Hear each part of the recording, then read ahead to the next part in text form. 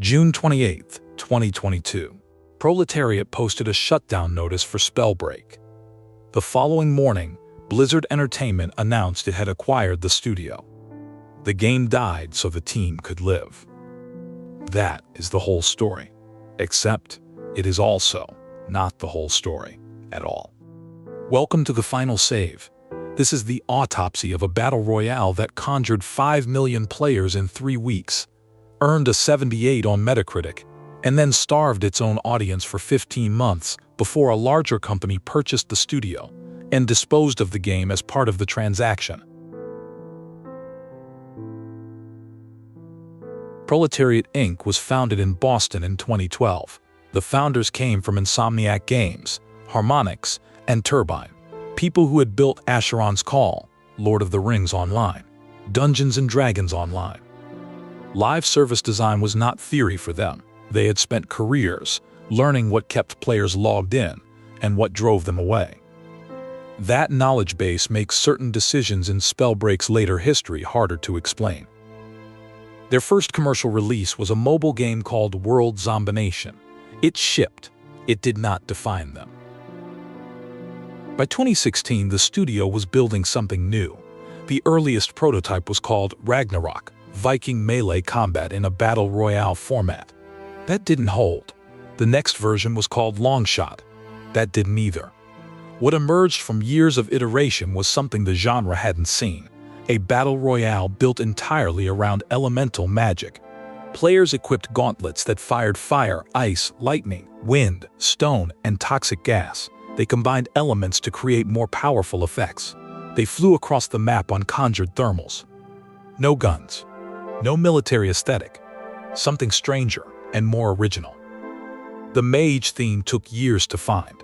Every pivot added time and cost the studio its early sense of direction. But by June 2018, they had something testable.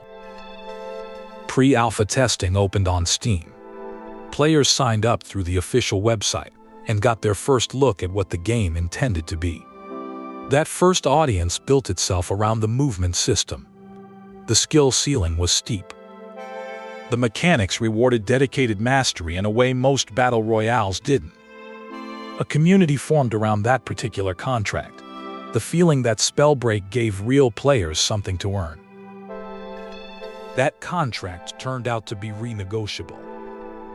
In February 2019, Spellbreak moved platforms. Closed Alpha launched exclusively on the Epic Games Store, requiring a paid Founders Pack for access. The Steam players who had signed up 8 months earlier were cut off. Proletariat said Steam couldn't meet demand for tester keys. That may have been accurate. It was also accurate that Epic was funding exclusivity deals across the industry, and Proletariat accepted one. The early community noticed. Some of them felt the trade being made on their behalf.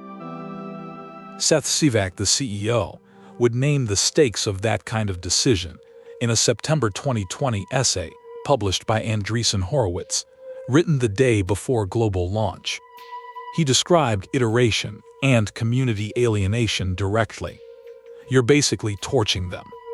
A bunch of players came in, and they really loved some of the original movement mechanics and the really high skill cap the game had initially, and we changed that over time.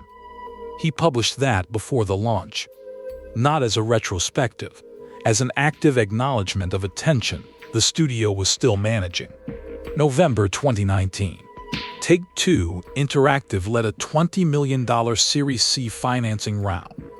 Total funding for Proletariat across all rounds, $28.2 million.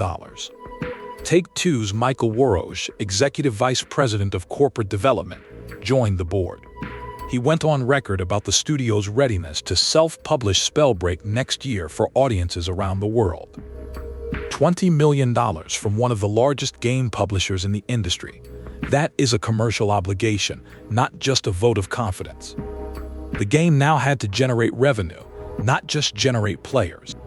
September 3, 2020. Spellbreak went free to play.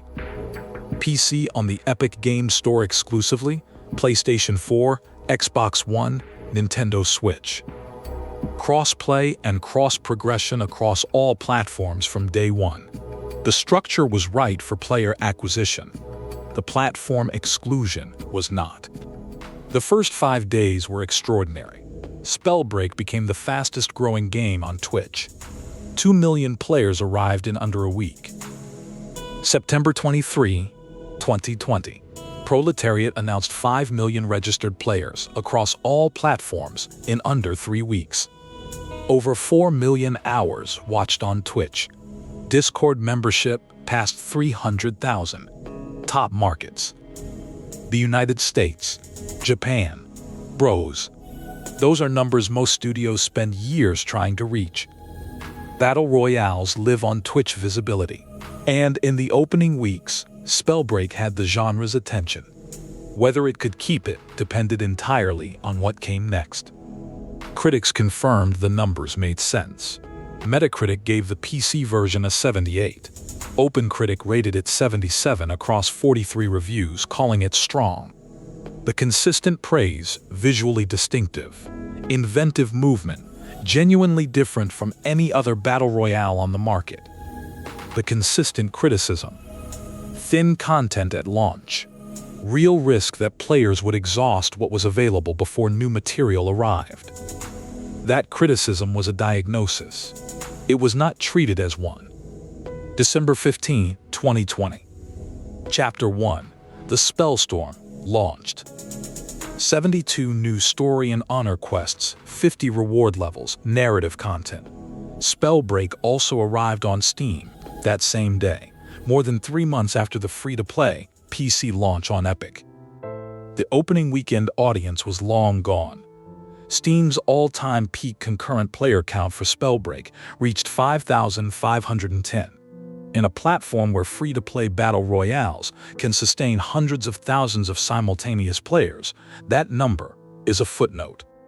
Chapter 2, The Fracture, launched April 8, 2021. Chapter 3, The Wardens, launched July 22, 2021. October 7, 2021. Chapter 3 ended.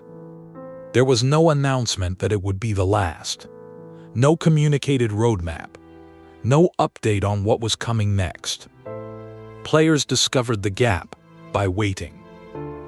That was the complete live service content history of Spellbreak, 3 chapters across 10 months. GINX TV later described the situation plainly. Spellbreak was arguably the slowest to release new content out of all Battle Royale games, and didn't start rolling out content until it was too late. A live service game without a live service is not a game. It is a clock running backward. In a genre where Fortnite and Warzone updated constantly, every week without a patch was a comparison Spellbreak was losing. For 8 months, October 2021 through June 2022, the game ran on its servers, with no updates, no new features, no roadmap communicated to the community. Lag worsened. Bot-filled lobbies became routine. Player counts fell. The forums and Discord filled with the same question, cycling through on repeat. Is the game dead? The game was not officially dead. It just had nothing left to give. December 2021. Blizzard Entertainment approached Proletariat. Acquisition talks began. The public would not find out for 7 months. May 2022. Proletariat began working with Blizzard directly. The deal was not yet public. June 28, 2022. Proletariat published On the Future of Spellbreak to the game's official blog. The full text. After more than 4 years of elemental magic and spell combinations, we've made the decision to end development of Spellbreak. The servers will be shut down as of early 2023. Thank you to the millions of players who have joined us in the HoloLands since 2018. It's been an amazing journey. No explanation. No context. The only qualifying language was ambitious project. June 29, 2022. The next day, Blizzard announced it had acquired Proletariat, approximately 100 developers, assigned to World of Warcraft beginning with the 9th expansion Dragonflight. The acquisition price was not disclosed. The sequence was not accidental. Shutdown came first. Acquisition came second. Blizzard needed experienced live service developers for the largest subscription MMO in the world. Spellbreak was not the acquisition target. It was collateral. July 1, 2022. The acquisition closed. Proletariat became Blizzard Boston. The game it had spent 6 years building was scheduled for deletion. The shutdown post had included one additional sentence. Spellbreak was an ambitious project that saw our team push new boundaries in design and development, and we are excited to continue to innovate as we create new titles in the future. There were no new titles. There was only World of Warcraft. January 10, 2023. The official servers went offline.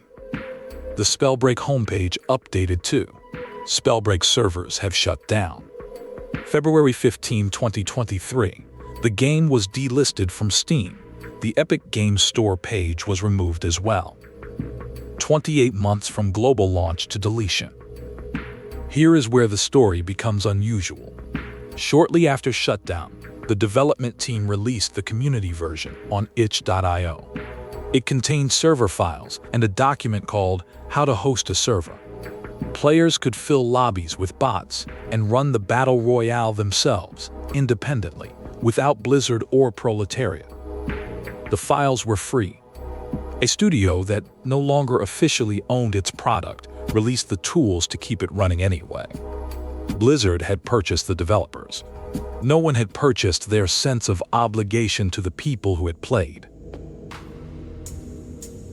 What killed Spellbreak is not obscure. The CEO named the mechanism in public before the game even launched. A live service game survives by delivering new content fast enough to retain the players it acquires. The early high-skill community gets alienated by changes made to ease the game for newcomers. Veterans leave, new players arrive to thin content and leave too. The only thing that resets the cycle is the next chapter arriving before the previous audience has finished dreaming. Proletariat delivered 3 chapters across 10 months, then stopped for 15. They had built their founding team from people who had spent careers understanding this exact problem. The knowledge was there. Something interrupted the execution. The acquisition talks began in December 2021, the same month the content drought did. It is possible the studio was already orienting toward a different future while the servers kept running and the players kept waiting. $28.2 million in venture funding creates an expectation of revenue. 5 million players in 3 weeks suggested the investment was working. But player acquisition is not revenue, and a free-to-play battle royale cannot sell a box. It sells seasons, cosmetics, progression. Spellbreak had none of those things available for the final 15 months of its operation. The engine meant to convert that launch audience into a sustained business never ran long enough. Blizzard acquired roughly 100 experienced live service developers and put them on World of Warcraft. That is a rational business decision. The game those people built was not the asset. It was the thing that had to be resolved before the deal could close. 5 million players in 3 weeks. 78 on Metacritic.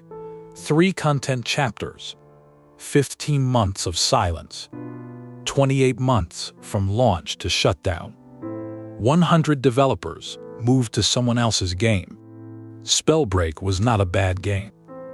It was a good game that ran out of content and then out of a studio that could keep it running. You can still find it. The community version lives on itch.io. Host a server yourself. The bots will fill the lobby. The spells still work. The hollow lands are still there. They just aren't being maintained. If there's a dead game you think deserves an autopsy, leave it in the comments. We read all of them.